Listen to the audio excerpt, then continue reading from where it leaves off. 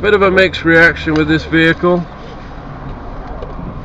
I think the best thing to do is to start with the bad points about it. The bad points about it, the first thing that comes to mind is the engine is way too undersized. It's a difficult car to drive. It's a nuisance to drive because the engine is so small.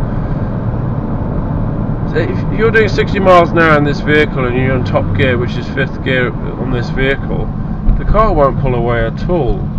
In order to move off in this car, pulling off from second now, you've got to rev it so high to get it going. It's like driving a 1.1 Fiesta or something. It just doesn't work, because it's a shame. If this vehicle had a 2.5 litre or a 3 litre engine, it would actually be a superb drive. That's why the X5s are so damn good. The engine in this car is way too small. There's just no doubt about it. If you're going to get one of these, do not go for a tiny engine variety like this one. It's just pointless. It's so tiring to drive. Apart from the engine size and the fact that you've got to rev this thing like a bloody maniac just to get it going, the actual ride quality in this car is very good.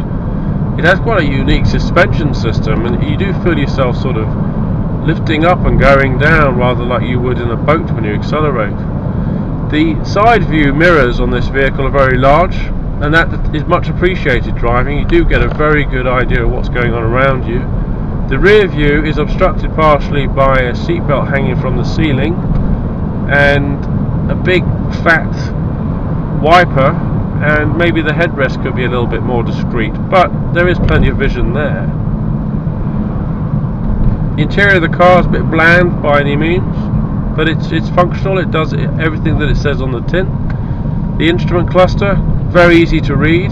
There I was now pulling off. I'm in 4th gear at 35 miles an hour, and it's desperately struggling to get going. That's how weak this engine is. The steering, on the other hand, is very nice, very responsive. It's not floaty in any way. It's a very pleasant car to drive apart from the engine. I do get to drive a lot of these Qashqais, and if I get one with a nice big engine, it's an absolute delight to drive. They are a bit of a funny looking car, admittedly, but if you get one with the right size engine, you'll be very impressed with this vehicle. It's just this particular model, trust me on this, the engine is too small.